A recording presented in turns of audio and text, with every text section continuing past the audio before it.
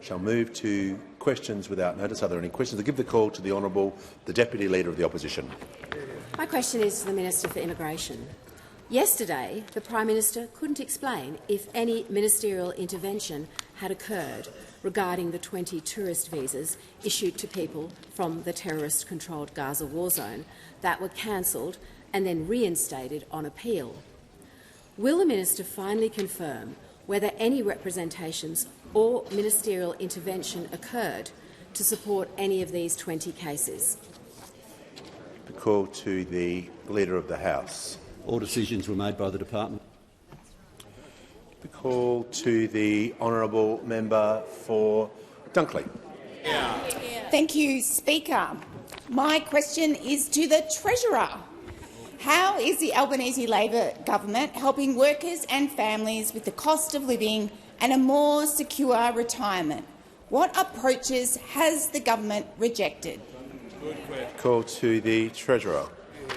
Thank you, Mr Speaker. The reason I'm especially grateful to the member for Dunkley for asking this question today is because I remember well being in her community during her by-election campaign earlier this year, talking about one of the major reasons why we changed the tax cuts was to deliver for Australian women and Australian workers more broadly, but also speaking to the early childhood educators in your community, in her community, Mr Speaker, about our best efforts to try and get them the decent pay that they need and deserve to do their really important work.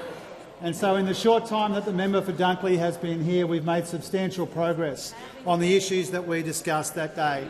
Now, Mr Speaker, this is a really big day for Australian parents, but especially for the mums of Middle Australia, because today the government introduced legislation to pay superannuation on paid parental leave. And here I want to pay tribute to Minister Rishworth and Minister Jones and Minister Gallagher and the Prime Minister, the Cabinet, the caucus, for making sure that we deliver on this commitment to Australian working parents to pay superannuation on paid parental leave. This policy has been a priority of ours for some time, and we are really proud to be taking the necessary steps to deliver it. It's a really important part of our efforts to ensure that Australian women earn more and keep more of what they earn, and also retire with more as well, Mr Speaker. Paying super on PPL will provide a more secure retirement for around 180,000 families each year. Now, unlike Senator Rennick and some of his colleagues on the other side, we support women's workforce participation and more secure, well-paid jobs for women, and we are making good progress, Mr Speaker. Most of the almost 1 million jobs that have been created under this Prime Minister have been jobs filled by women. Women's workforce participation is now at a record high of 63.2%. We are delivering really important pay rises in parts of our economy where the workforce is dominated by women, early childhood, aged care and the like. And we, as I said a moment ago, Mr Speaker, one of the main motivations for delivering a tax cut for every taxpayer in the way that we are doing it is to make sure that Australian working women get a fairer go as well. And because of that, combined with the wages growth that we've seen, the average take-home pay for women working full-time is more than $68 a week higher than it would have been under the wage growth of those opposite and the tax cuts of those opposite, Mr Speaker. We have spent this week working for and delivering for Middle Australia. We've been focused on the main game while they have been focused on political games, Mr Speaker. It's all about Australian workers earning more and keeping more of what they earn, and because of our efforts, retiring with more as well. The call to the Honourable Member for Lindsay. Thank you, Mr Speaker. My question is to the Prime Minister. I refer to the government's issuing of tourist visas to nearly 3,000 people from the terrorist-controlled Gaza war zone, with nearly 1,300 already arrived in Australia. Can the Prime Minister provide details on any concerns raised by the New South Wales State Police or the New South Wales Government regarding this matter? Give the call to the Prime Minister. Congratulations, Labor Party and Penrith Council. Thanks very much. I'm asked about New South Wales, and the New South Wales and the New South Wales Penrith Council as for the New South Wales Police, I haven't had contact with the New South Wales Police on this matter. I can confirm that. As for New South Wales in the Penrith area, I know that there's a very happy number 5 on the East Ward ticket for Penrith Council. Call to order. Members on my right will cease interjecting. The Minister for Climate Change and Energy will cease interjecting.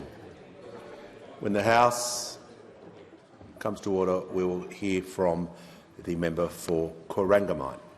Thank you, Speaker. My question is to the Minister for National Disability Insurance Scheme. How do the Albanese Labor government's groundbreaking reforms to the NDIS help participants on the scheme and ensure that it is returned to its true purpose so that it will be around for future generations? Give the call to the Minister for the National Disability Insurance Scheme and the Minister for Government Services. This morning I was contacted by a mother whose son is on the NDIS. I have her permission to read excerpts of her letter. It explains why this legislation should pass. Hi, Mr Shorten. I woke up this morning to an article in the newspaper reporting that you've won sufficient support for your proposed changes to the NDIS. I then went to find my 15-year-old son in the kitchen where he was tearing the place up. It was 4:45 a.m. He's a diagnosis of level 3 autism, moderate intellectual disabilities, non-verbal, incontinent, has severe sensory dysfunction and is a beautiful but huge 6 foot 100 kilograms boy. His behaviours are exhausting, they're difficult, at times they're scary. He'll punch, pinch or bite without notice. He defecates on the floor every day and he smears and eats it. He can do very little for himself and depends on home care from me, my husband and our carers. He's been an NDIS participant for 10 years. We can't survive with our care for him but feel unsupported and completely price-gouged and exploited. I wish you every success in your changes to the NDIS. Please help us families who really need support. We're so sick of hearing about funding being used for holidays, lawn mowing and so on when we can hardly survive. Maybe because we're so busy and burnt out we can't make as much noise. I can promise this amazing mum and her son hope in the new legislation. The first step is the new planning process. It will be strength-based needs assessment. It will identify her son's strengths, goals, preferences and challenges. The assessment will be done by an accredited assessor who will meet with the family. The assessor will use various tools co-designed with people with disability and will respect her son's dignity and rights. The second step is an assessment report, a summary, an assessment of the findings and recommend the types of supports needed, prepared by the assessor who will work with the family. A clear, accurate, evidence-based report reflecting her son's strengths, needs and preferences. The third step will be a flexible budget and stated supports. It's a funding package determined for her son on his report and NDIS rules. The flexible budget is the money to spend on NDIS supports as they choose, as long as they're reasonable and necessary. And the fourth step will be to choose supports that he wants with his flexible budget, a chance for the son and the mother to plan and buy the supports that suit his needs and preferences by working with a dedicated navigator. The bill will ensure clarity as to what you can and can't spend your funding on. This bill, hopefully passed in the next 2 hours here, will give her son more choice and control over supports and improve his quality of life. It will be co-designed, the new system, co-designed with people with disability and their families. It will be based on the steps, assessment, report, budget and choosing supports. The new system will be personalised, transparent and consistent. It will respect her son's dignity, rights and aspirations. I thank the thousands of people who have contributed to the development of this legislation, and this afternoon this parliament will help all Australians and their families with disability. Yeah. Give the call to the honourable member for McKellar. Thank you, Mr Speaker. My question is for the Treasurer. Just last week, the government appointed a former Labor Premier to the board of Australia Post. She replaces someone who was a former director of the Liberal Party, appointed, unsurprisingly, by the previous coalition government. In February 23, this government commissioned a review of public sector board appointments to respond to transparency concerns. The report of that review was given to the government in August 23. Treasurer, 12 months on, why has the report not been released publicly, and when will it be released? Thank you. Give the call to the Treasurer. Thank you, Mr Speaker, and thanks to the member for McKellar for her question in my capacity representing the Finance Minister. Mr Speaker, our government is all about ensuring strong governance and accountability of public service entities. It's a very high priority for us, and as the member knows, we undertook a review of public sector board appointments when we came to office to process and consider and propose the best standards for the way board members are appointed to public sector boards.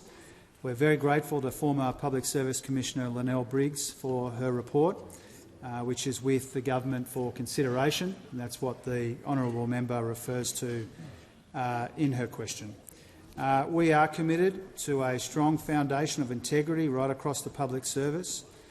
We do recognise that we need to get the right diversity of skills and experience for public sector boards to provide the right kind of oversight and direction to government entities. We also know that appointment processes for boards have to be conducted in a way that enhances trust in government bodies. So this is part of our agenda to try and clean up the way that government runs after the shambolic way, I believe, that the former government ran itself, including the Prime Minister appointing himself to multiple cabinet positions, the former Prime Minister. Now, I'm asked about former Premier Palaszczuk. Order. The Manager of Opposition Business will cease interjecting. The Treasurer will pause and we will hear from the member for Mackellar. Point of order, relevance. When is it likely that the report will be released publicly? Thank you. The Treasurer is directing his remarks and being directly relevant about the question, and he was just turning to the point of the question that was at the start of the question. He has the remaining 1 minute 14 to answer the question. He has the call. Thank you, Mr Speaker. As I said earlier, the report is with the government for consideration. When it comes to former Premier Palaszczuk, I believe that that's a very good appointment to the board of Australia Post, and I think it is very hard to sustain the argument that former Premier Palaszczuk's 8 years as Premier of Queensland doesn't qualify Members her on my left, the for that important role. Interjecting. And I know that there will always be a range of views about government appointments. Our job, our objective and our record is appointing the best people that we can to these government positions, because we know how important it is that these government boards are guided in the best possible way. Before I call the member for Werra, I'll just do some acknowledgements in the gallery. I informed the House today that present in the gallery today is a delegation of young leaders from across Australia and the Pacific taking part in the National Leadership Forum hosted by the member for Berowra and the member for Solomon. Today in the gallery we have guests of the member for Durack and students from the mighty electorate of Durack from the Geraldton Grammar School. Former New South Wales member for Monaro, Nicole Overall, is joining us today. And I'm also pleased to inform the House that present in the gallery today is Mr Alan Pidgeon AM, Chair of the National Australian Flag Association, a voluntary community organisation formed to increase appreciation of the history and significance of our national flag.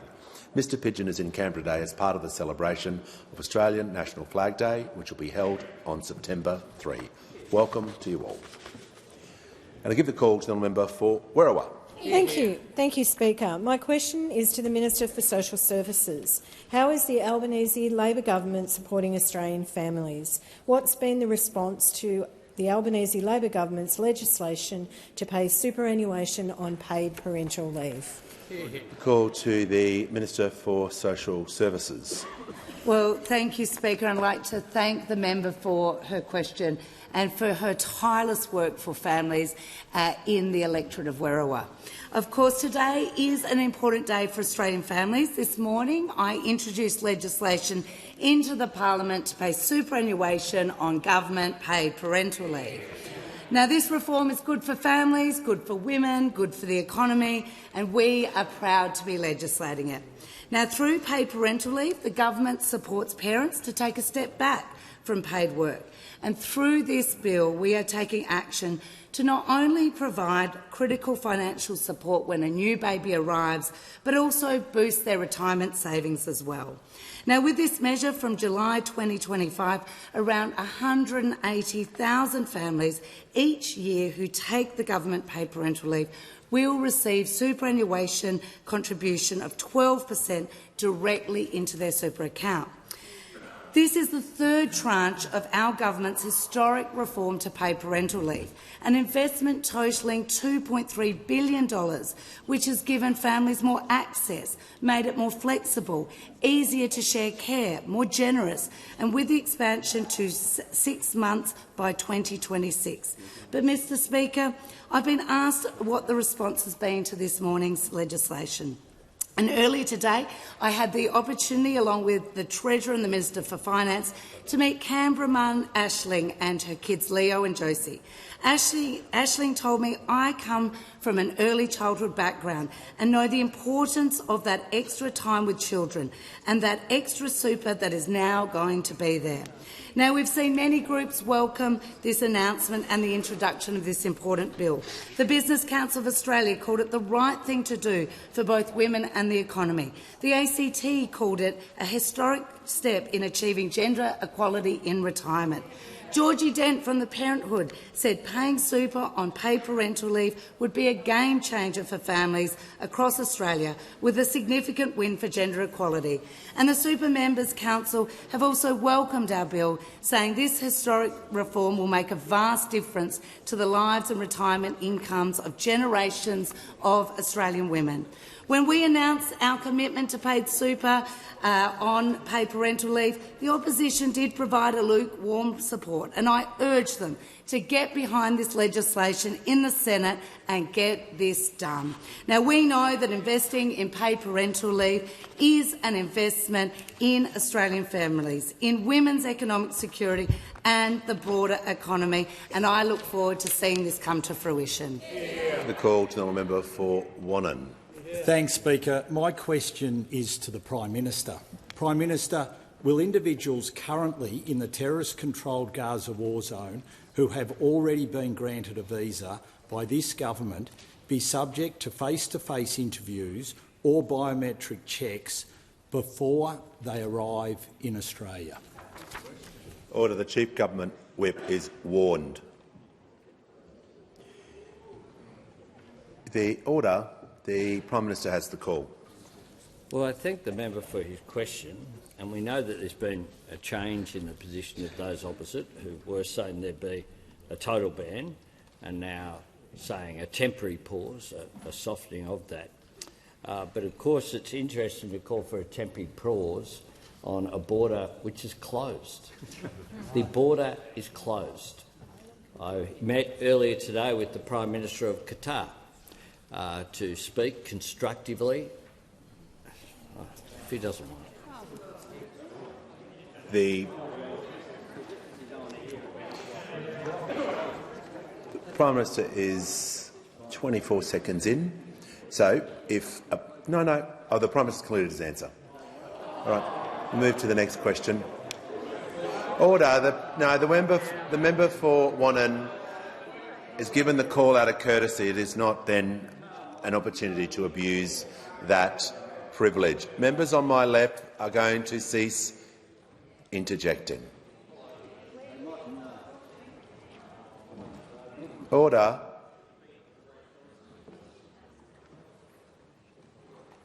We'll hear from the member for Parramatta.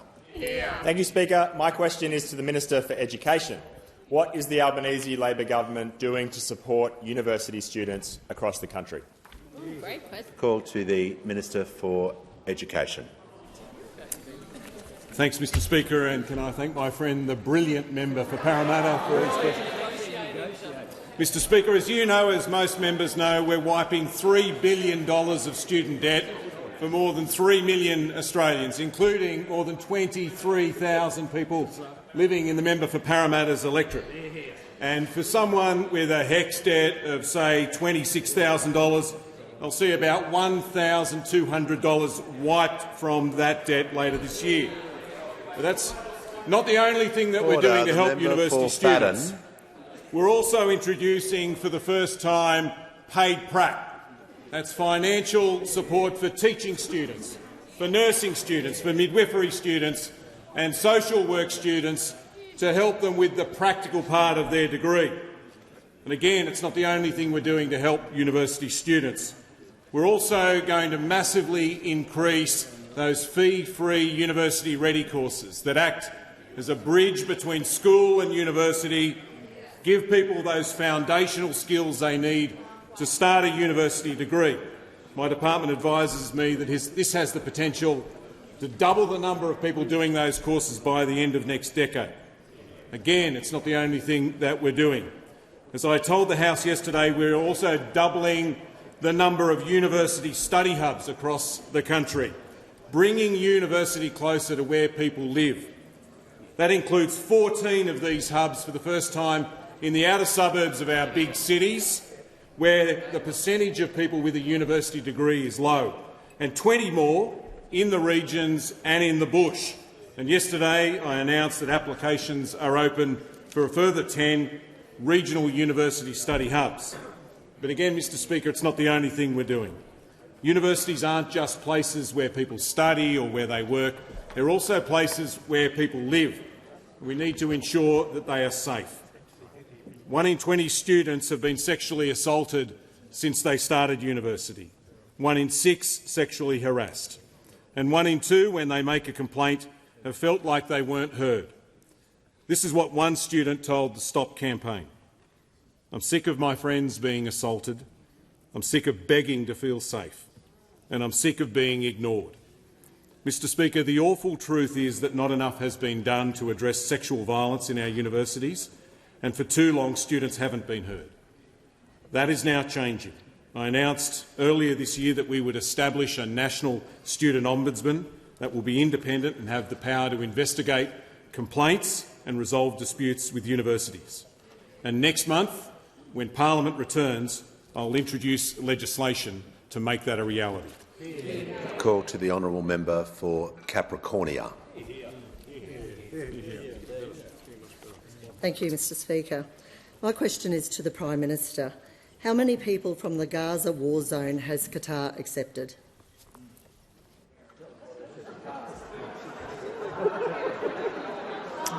Order. Order. No, we're going to have some silence as the member for Capricornia was heard in silence. We're not going to interject before an answer is heard. Members on my right, I'm looking at you. The Prime Minister has the call. Speaker, I did meet with the Prime Minister of Qatar earlier today. Those opposite regarded that meeting as being not relevant, hence the point of order moved by the member for Wannon. I am responsible for what the Australian government does, not what the Qatari government does, and it would be... Order. The Leader of the Opposition...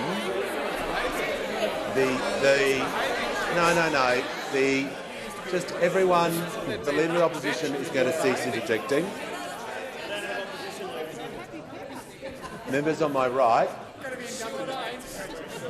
Order. The Prime Minister will have the call. Thanks, Mr Speaker. He's getting angry again, Mr Speaker. Getting angry again. Perhaps if he can inform us about what the Prime Minister of Qatar said to him. I don't know.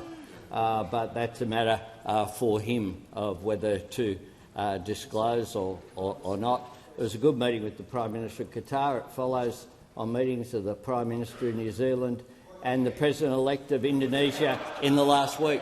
Order. Give a call to the honourable member for Moreton.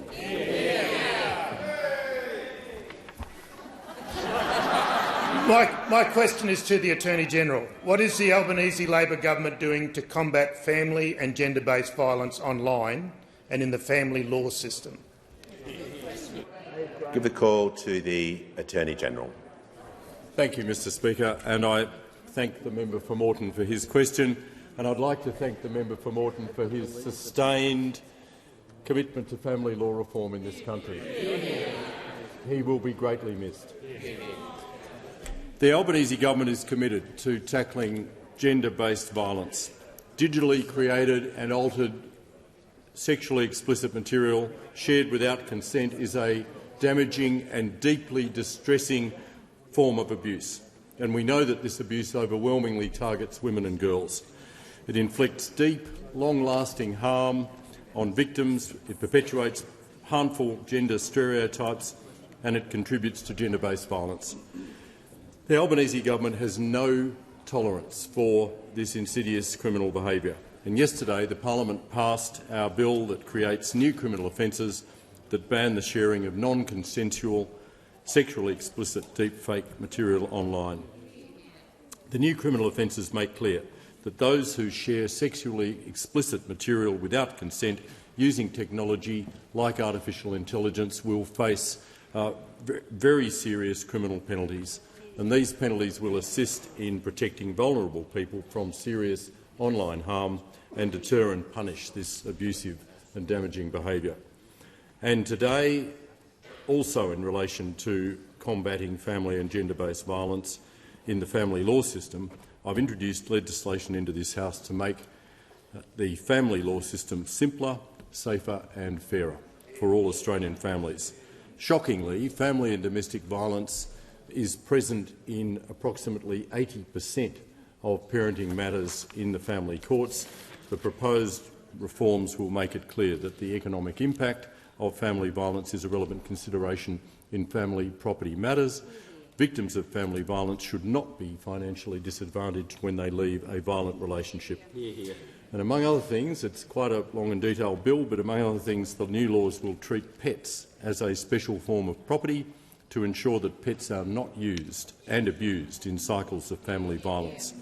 These reforms will build on the Albanese government's landmark family law reforms that came into effect in May this year, which put the best interests of children at the centre of decision-making in the family court and established new information sharing arrangements to protect against family safety risks. Given the significant and continuing harm caused by family and domestic violence, I look forward to the full support of this parliament for these reforms. The Albanese government is delivering on its commitment to end violence against women, to tackle the scourge of online harm and to keep Australians safe.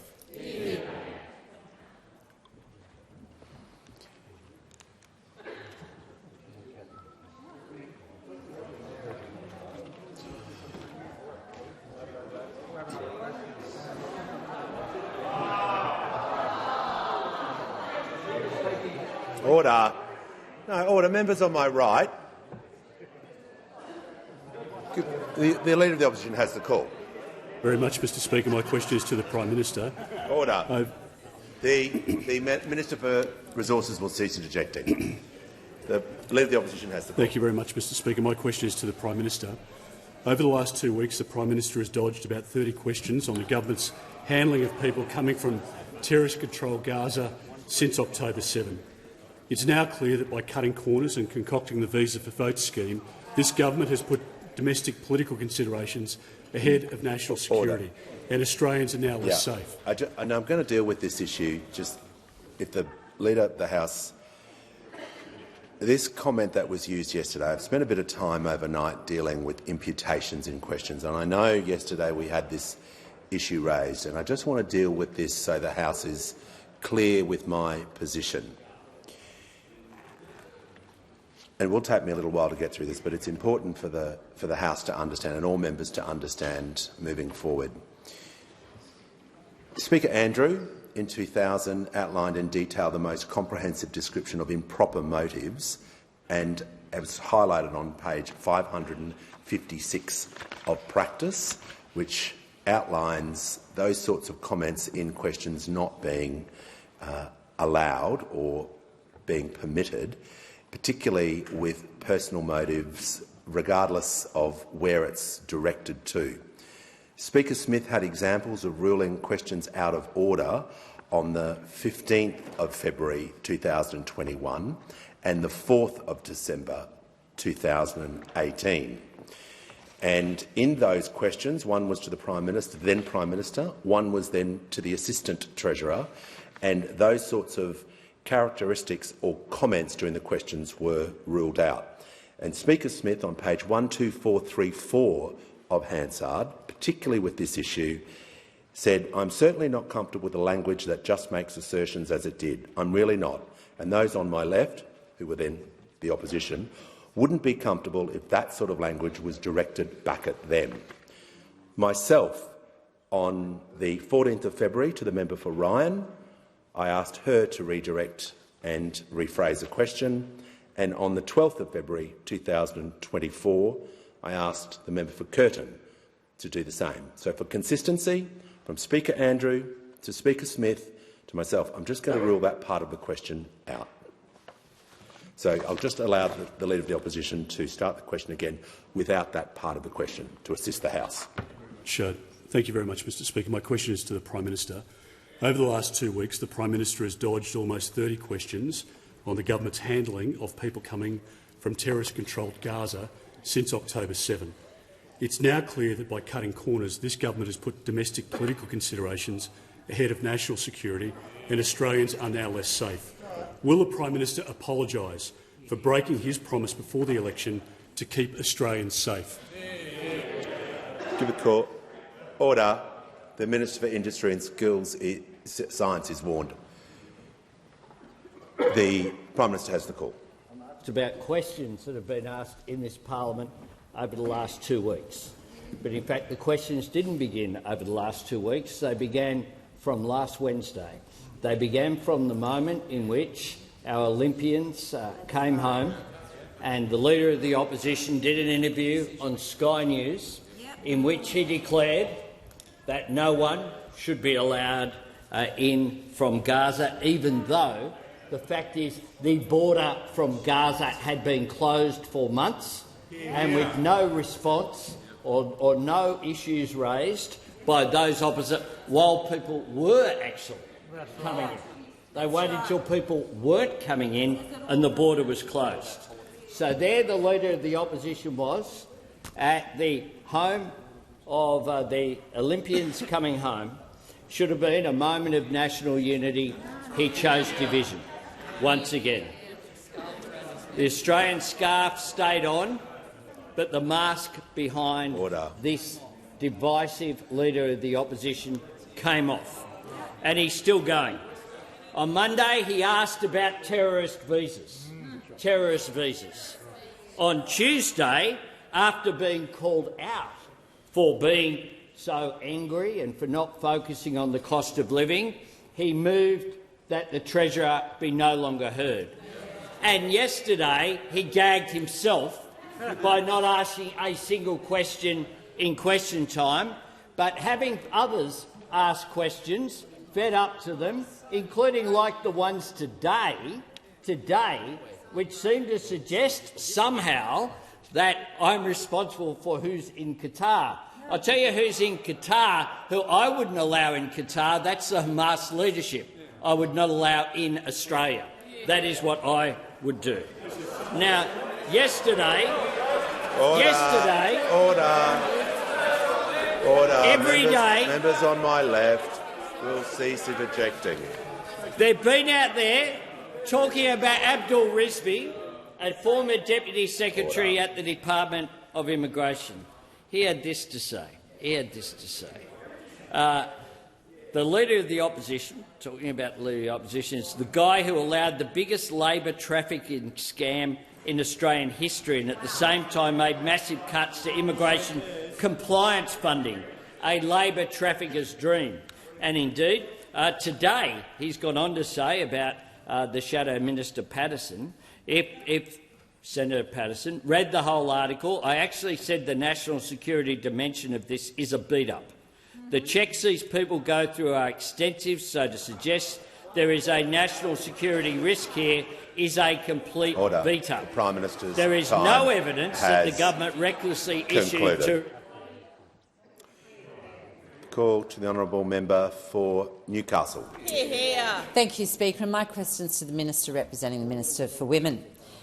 How is the Albanese Labor government working to deliver a better future for Australian women, and including working to improve the standards in our parliament?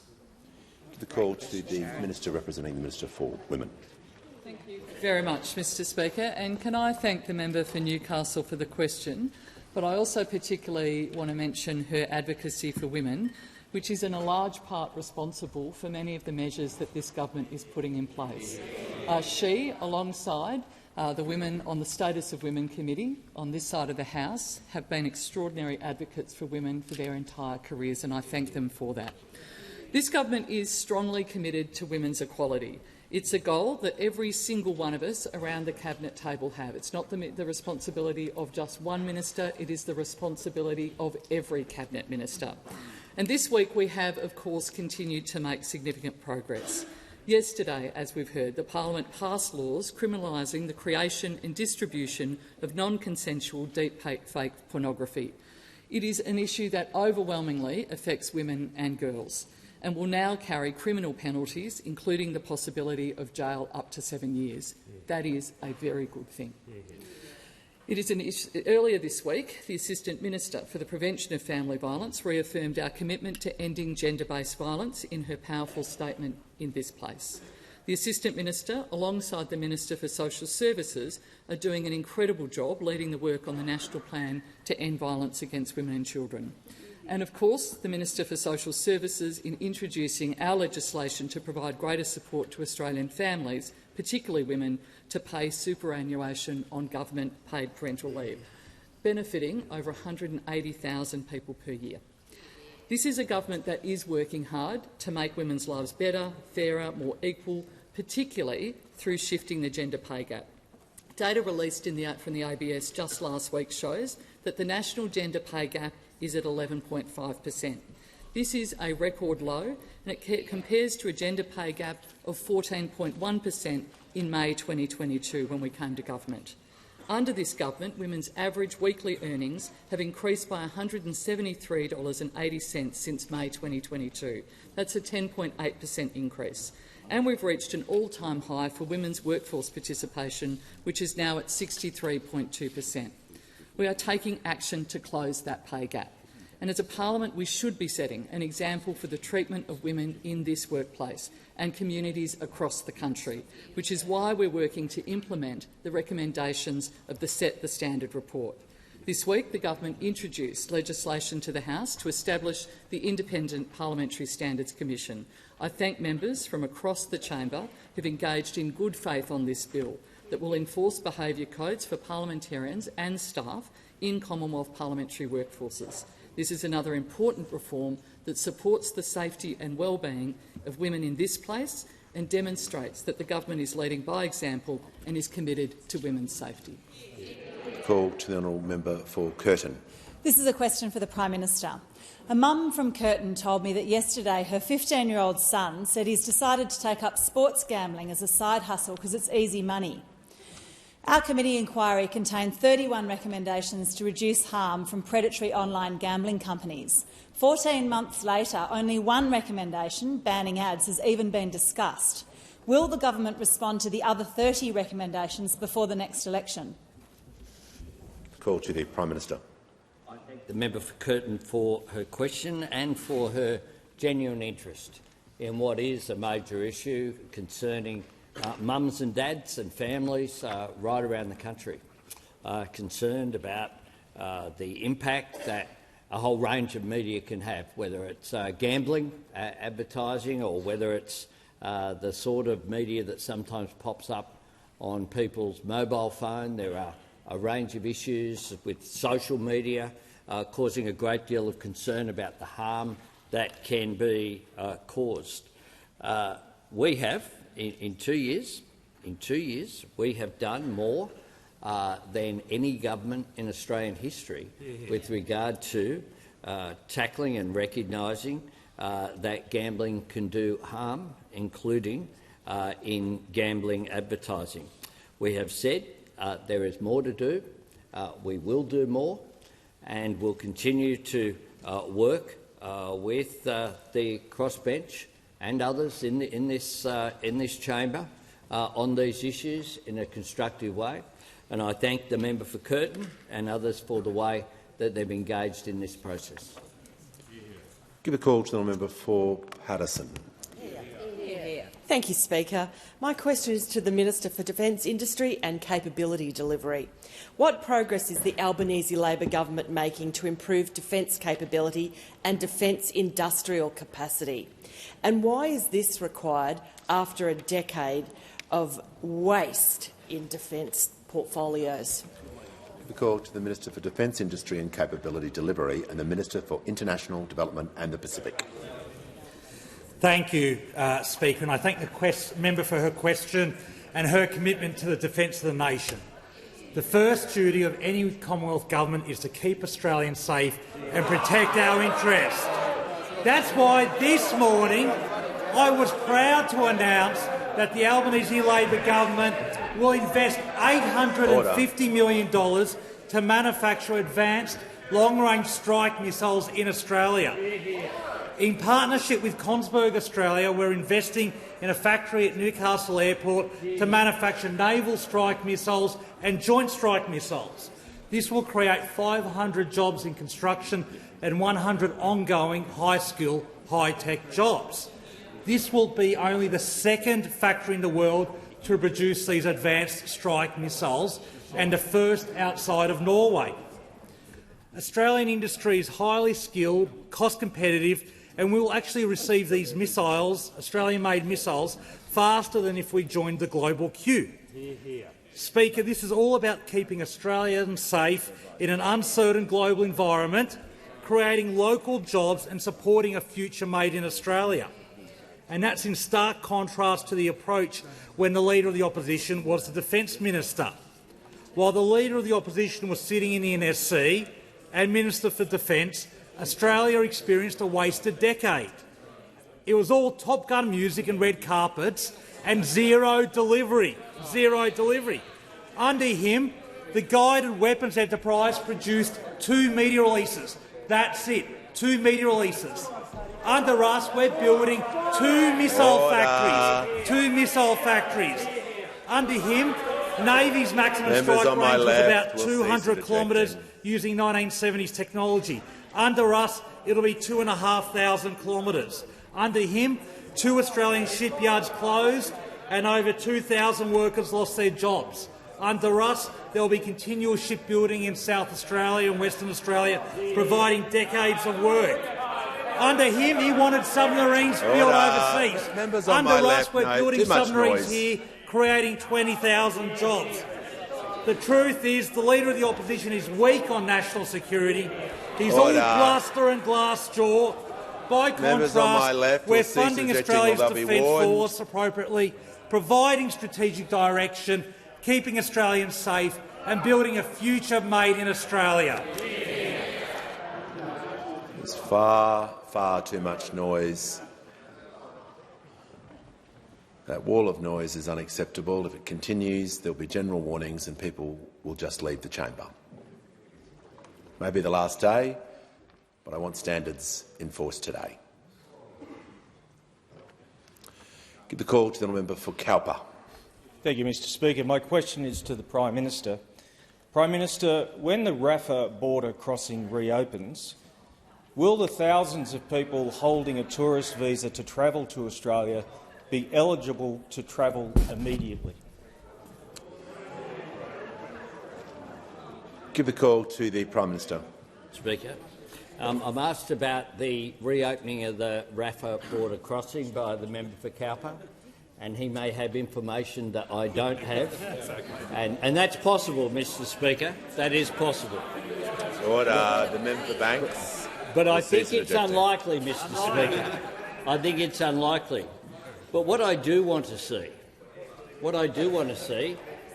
are borders which are able to reopen because there is a release of hostages from Gaza currently being kept by Hamas, because there is an end to the death and destruction that we see against too many innocent civilians in Gaza on our TV screens every night, because we see an advance in peace and security between Israelis and Palestinians, because we see in the region a recognition by Arab states of the State of Israel and the right for it to continue to exist within secure borders, but also the right of Palestinians, the legitimate aspiration that they have to live in peace and security behind their borders.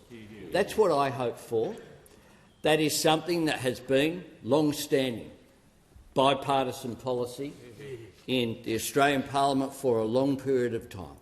And Australia has a proud history going back to our role in the United Nations, with, importantly, the creation of not one state, but the creation of two states, which was the vision of the United Nations in which Australia played an important leadership role.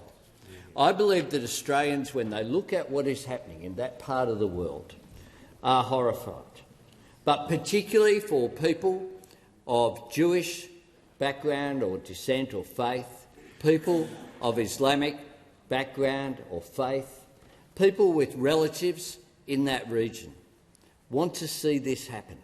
And what they don't want also is conflict brought here. They want Australia to play a constructive role.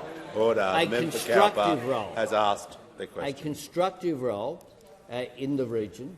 They object to some of the misinformation which is out there about Australia's role in that conflict, which is we are not participants, but we are people who, consistent with the role Australia has historically played, advocates for peace and security and for humanitarian values and for the protection of all innocent life, whether it be Israeli or Palestinian.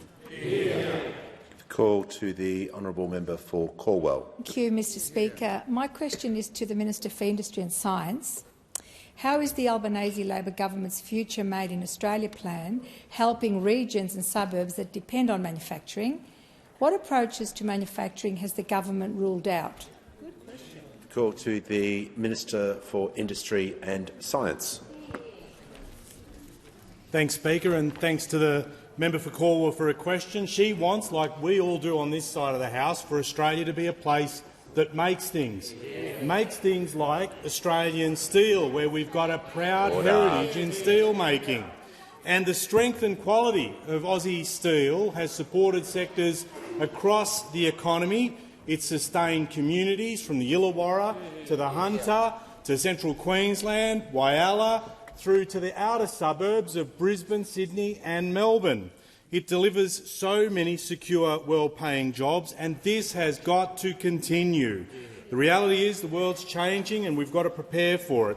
We've got to find new ways to sustainably make steel. Demand for green steel expected to almost double by 2050, and demand for green aluminium expected to double by 2030. Other countries know this and they're making significant investments to decarbonise, and we cannot be left behind. As part of our Future Made in Australia plans, the Albanese government started work on charting a course for the future of Australian green steel and metals manufacturing. And today we took another step down that path, bringing together an expert panel to advise the government on what's needed to shape a sustainable metals future. Industry, unions, research partners working with government to plan a bright future for Australian metals. As BlueScope CEO Tanya Archibald notes, for Australia to capitalise on the opportunity, ambitious, forward-thinking policy will be required, with industry working in partnership with government. But I'm asked about different approaches, and boy, we've heard some. The only thing that the Liberal and National parties do faster than claim they support manufacturing is to walk away from that very claim.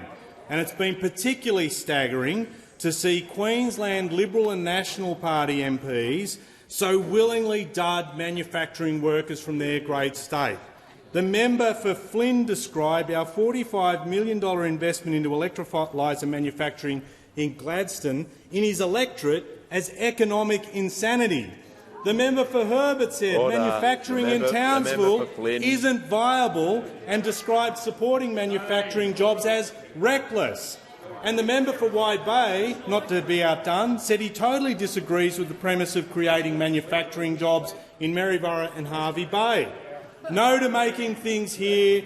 Yes to importing everything. That's that side. Order. No putting Member Queensland Barker. workers on the job making the metals, processing minerals or building batteries and solar panels. After question time, they'll all fly home, put on their high-vis vests and act like they're the Order. best The friend Deputy Leader of regional the workers Opposition ever had. will cease But objecting. Queensland workers need to know that here in Member for Canberra, O'Connor the will cease LNP objecting. MPs were Member not for there Flynn for them will and their cease future. objecting. It is a disgrace. Member for Flynn, the member for O'Connor, the member for Barker and the Deputy Leader of the Opposition were making far too much noise. To assist the House and to assist me, I'd like them to cease interjecting for the remainder of question time. Give the call to the member for Mayo. Thank you, Mr Speaker. My question is to the Health Minister. According to the National Rural Health Alliance, regional Australians receive $848 less per year in health spend than metropolitan Australians, an expenditure gap of $6.55 billion. How will the government urgently address this alarming health care spending inequity? Call to the Minister for Health and Aged Care.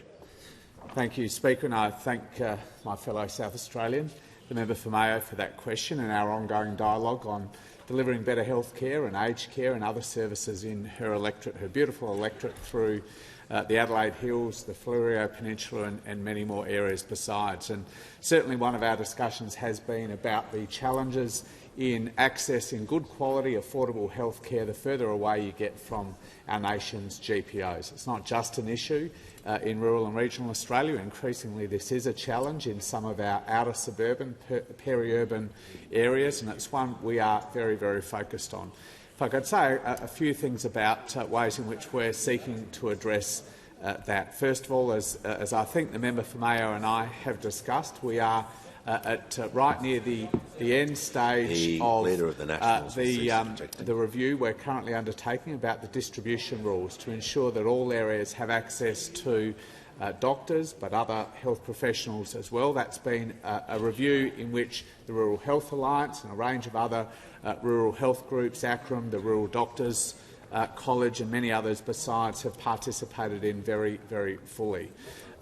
From our first budget in October 2022, we increased the incentives that are available for doctors to go and practice in rural and regional Australia. We lifted those incentives in dollar terms and we expanded them in terms of the skills that doctors might be able to take to rural and regional Australia, with a particular emphasis on ensuring that skills around emergency medicine, around obstetrics and around mental health were given greater incentives to move out of our major cities and into the rural area. I keep getting interjections from the Leader of the Nationals, Mr Speaker. It would be nice if he asked a question about rural health instead of allowing every single question for this entire week to be about the Middle East instead of health issues in rural and regional Australia. Perhaps if the Leader of the Nationals were a bit interested, ask me a question about it. But I come back to the question for the member for Mayo.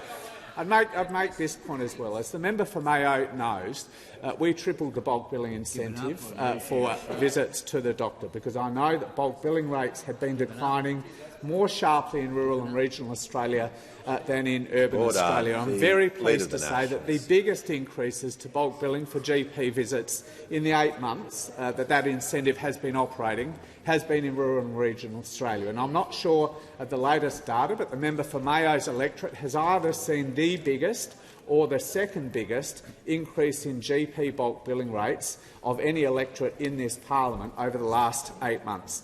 Now, what that does for a standard consult in rural and regional Australia is lift the income for those doctors by 50%. We know there is more to do, but I appreciate at least the member for Mayo. Concluded. Call to the honourable member for Hawke. Thank you, Mr Speaker. My question is to the Minister for Early Childhood Education. How is the Albanese Labor government supporting early childhood educators? Call to the Minister for Early Childhood Education and the Minister for Youth. Thank you very much, Mr Speaker, and I do thank the member for Hawke for his question. I particularly enjoyed visiting an early learning centre in the member for Hawke's electorate, Yellak Burren, as well as meeting some early childhood educators who are going to be part of our early childhood education workforce as they were studying Certificate 3. And, Mr Speaker, the member for Hawke, like all on this side of the House, know just how important the work of early childhood educators is, how important it is for setting up our children to thrive, how important it is for our economy, how important it is for families. And I'm proud to be part of a Labor government that recognises that value and the importance of that work. And as part of this recognition, the recognition that we have for early childhood education and care, and the recognition that we have for early childhood educators and teachers, I'm proud that we're delivering that 15% historic wage increase for early childhood workers right across the country. Now, that means that 200,000 early childhood workers right across Australia will have in their pay packets at least $100 more a week by the end of this year. And by the end of next year, that means at least another $150 back in their pay packets by the end of next year. Now, Mr Speaker, along with the member for Hawke and members from right across this side, as I've travelled around visiting early childhood education centres, talking to educators, talking to parents, I've heard a lot about it from educators over the past few weeks about what this $3.6 billion investment means to them. It means that they'll have a livable wage. And as Courtney, who is a passionate early childhood educator from Tasmania, said, she said, this wage increase would have a huge impact. It would help me to afford my bills comfortably, have a social life, help my mindset when dealing with the challenges that we deal with every day at work. I think that says it all. I think that says it all, Mr Speaker, about just how incredibly important, what a difference this 15% wage increase is going to make to early childhood educators and workers across Australia. It's not just about giving them the wage that they deserve. It really is about ensuring that we have a strong and stable workforce, the kind of workforce that we need for the transformations that we want to undertake in early childhood education and care to achieve that vision that we have for a universal system that is affordable, that is accessible and that is inclusive. We can't do that if we don't have a strong and stable workforce. It is what the children of Australia deserve, it is what the families of Australia deserve, and it is what an Albanese Labor government will deliver. The call to the member for Barara. Mr Speaker, my question is to the Prime Minister. Prime Minister, on October 7, Hamas terrorists went into small Israeli farming villages and a music festival, where they filmed themselves gleefully murdering children, raping women and mutilating their victims, including after death. 1,300 innocent people were gunned down and murdered for sport, and 251 hostages were forced at gunpoint into Hamas terror tunnels under Gaza. On return, thousands of people were dancing in the streets in celebration. Prime Minister, does supporting Hamas pass the character test for an Australian visa? Call to the Prime Minister. I thank the member for Barara for his question. And I know that he, as a proud Jewish Australian,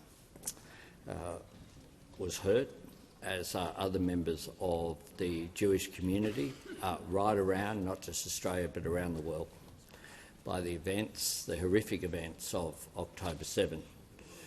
They shocked also, I think, anyone with any human values at all.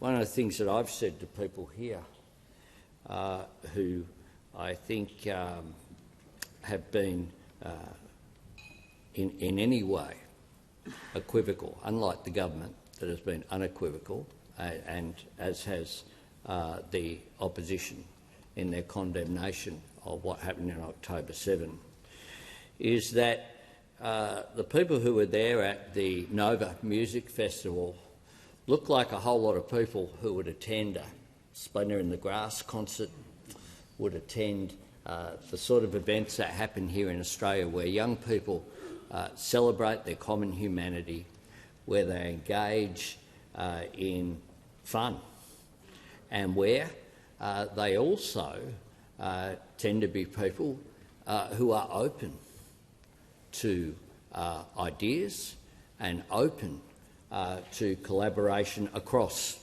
people of different faith, etc. And one of the things that some of the Jewish community leaders have said to me in the wake of October 7 is that they are precisely the sort of people who want to see peace and reconciliation with the Palestinians as well. There they were, very close to where the border was, and to have them subjected to the horrific murder, rape and abuse that occurred, the kidnapping of people is horrific if it occurred to any human being. But of course, because of one of the reasons why the world came together in the wake of World War II, in the wake of the Holocaust, was to... No, I'm not. I'm not taking the point of order. Oh. Give the court order. Order. When the House comes to order, we'll hear from the Chief Government Whip. Thank you, Speaker. My question is to the Treasurer. How is the Albanese Labor government delivering cost of living relief, and what approaches have been ruled out? Give the call to the Treasurer. Thank you, Mr Speaker. If you want a question on the cost of living or inflation or the economy, you've got to rustle one up yourself. Because when the people of this country are under pressure, and when the cost of living is the #1 pressure that people are feeling, those opposite couldn't care less. Those opposite could not care less, and we know that because they haven't asked any questions this week on the cost of living or inflation or the economy more broadly. It's after 3 o'clock on the Thursday of a sitting week, and just total silence from those opposite on the #1 issue that this country and its people confronts, Mr Speaker. Well, those opposite might not care about the cost of living, but this side of the parliament does. And that's why we're rolling out cost of living relief with a tax cut for every taxpayer, energy bill relief for every household, cheaper medicines, cheaper early childhood education, rent assistance, Mr Speaker, and getting wages moving again after a decade of wage stagnation, Mr Speaker. We're focused on the main game and they're focused on playing political games. We want to lift people up, and this opposition leader wants to punch down, Mr Speaker. We want to help people doing it tough, and they just want to divide people and set Australians against Australians. The Treasurer is going to pause. The Deputy Prime Minister will cease objecting.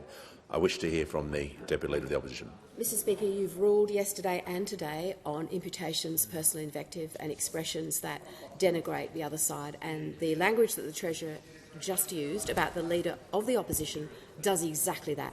I ask you to bring him to order. Yeah. Just for the remainder of the Treasurer's answers, I don't want any more commentary about people in the answer.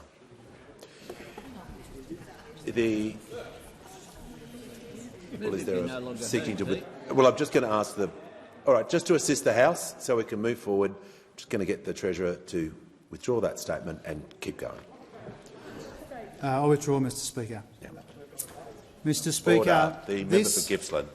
This side of the House is focused on finishing the fight against inflation. Yeah. That side of the House is only interested in starting another culture war.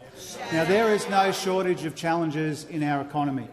The global economy and the domestic economy and inflation is #1 when it comes to the main challenges in our economy, and we are focused on the main game. Now, in the past couple of years, we've seen inflation come off substantially. We've seen almost 1 million jobs created. We've seen real wages growing again. We've got a tax cut rolling out for every taxpayer, at the same time as we've turned 2 big Liberal deficits into 2 big Labor surpluses. But we know, Mr Speaker, despite all the progress that we have made, that people are still under the pump and people are still under pressure. And that's why it beggars belief, when this is the main game right around Australia, that those opposite can't manage to ask even a single question about the cost of living pressures Order. that people Members are on my confronting. Not one idea about fighting inflation. Not one policy for the cost of living. Absolutely nothing about their $315 billion in secret cuts and what that means for Medicare and pensions and for our economy more broadly, Mr Speaker. This should be a disqualifying week for those opposite. When people are under pressure, they could not care less about the cost of living. Give a call to the member for Barara. My question is to the Prime Minister. Prime Minister, does supporting Hamas pass the character test for an Australian visa? Give a call to the Prime Minister. I thank the member for Barara for his question. Everyone who applies for an Australian visa is subject to the same security standard set by the same agencies and the same personnel as under the former government. And our intelligence agencies make those decisions. Our intelligence agencies have the confidence of this side of the House. This side of the House. And so does Mike Burgess, who's made it very clear that if you have violent extremism as an ideology, then you certainly have a problem with an ASIO assessment. ASIO makes these national security assessments. They're not made on a partisan basis or a political basis. ASIO do this work, and they do it as well on an ongoing basis, which is relevant to previous questions that have been asked over the last couple of weeks. Our national security is too important to be used as a political football. Our national security is something that historically in this place, has been above the sort of game playing and targeting that we've seen here. The targeting of any group based upon hate is a bad thing, whether that's people of Jewish faith, people of Islamic faith, people of whatever colour or creed. It is a bad thing, and we see the consequences of hate in too many places of the world at the moment. What I want to do in this great multicultural nation is provide...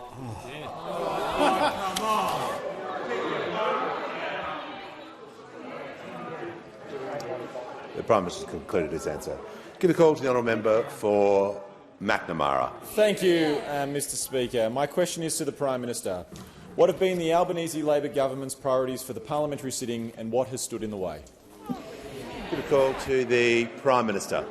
Thanks very much, Mr Speaker. Well, over the last 2 weeks, despite the negativity and the nastiness of those opposite and the pointless noise coming from across the chamber, this government has got on with the job of delivering for Australia, making sure that childcare workers get a 15% pay rise, bringing the states together to deliver reform of the National Disability Insurance Scheme, working together with our neighbours and partners in Indonesia to strengthen our region's security and stability, as well as meeting with the President-elect of Indonesia, hosting the Prime Ministers of New Zealand and Qatar, progressing our plan for a future made in Australia, and over there in the Senate as we speak, advancing the Net Zero Economy Authority so that gets done as well this week,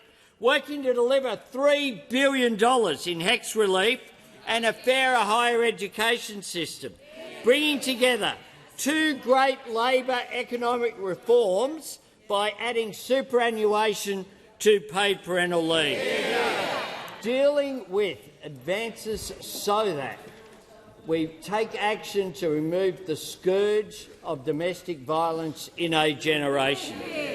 This is what matters to Australians. This is what makes a difference to people's lives. And this is what my government is focused on. We stand together and we look ahead together, because what our great history has shown us time and time again is that Australia is always best when we come together, when we seek to unite rather than seek to divide, where we try to work with people rather than target individuals in a cynical exercise aimed at targeting a whole group of Australians. Now, I've been asked a lot about numbers in the past week, so here's some numbers I'm focused on, Mr. Order. Speaker. Members on my left. 13.6 million. That's the number of Australians who got a tax cut on July 1. 2.6 million. That's the number of award wage earners who got a pay rise. 3 million, the number of additional bulk billed GP appointments.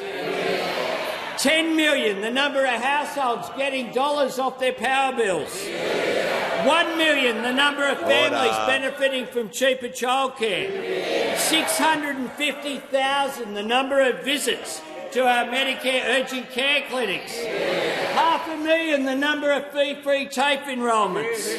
70,000, the number of new manufacturing jobs. And over 1 million, the number of households benefiting from increases in rent assistance. That's what we're being focused on. Those opposite have forgotten their job. Order. The member for Fairfax. Just take a breath. The Prime Minister has the call. Should be placed on the notice paper. Order. The Minister for Health has indicated he has an additional answer. Thank you, Speaker. In response to a question from the member for Mayo, I wasn't clear off the top of my head where the great electorate of Mayo sits in the bulk billing table. I can confirm that it has had the second biggest increase in bulk billing under the new incentive arrangements, with an increase since November in bulk billing of 11.6%.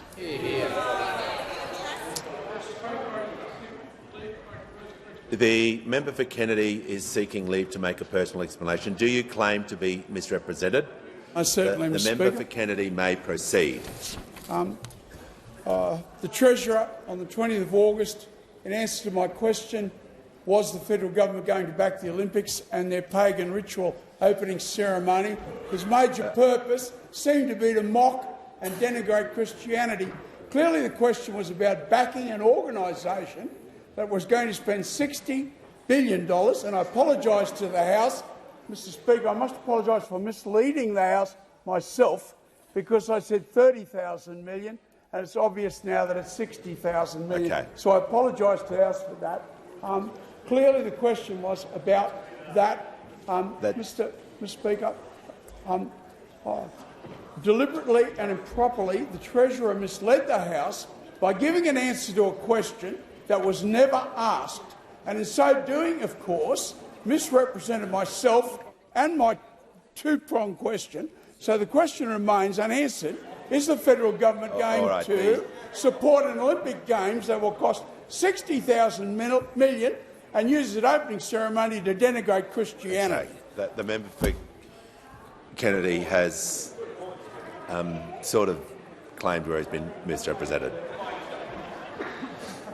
Anyway, I thank the member for Kennedy. We're just going to move on to the matter of public importance.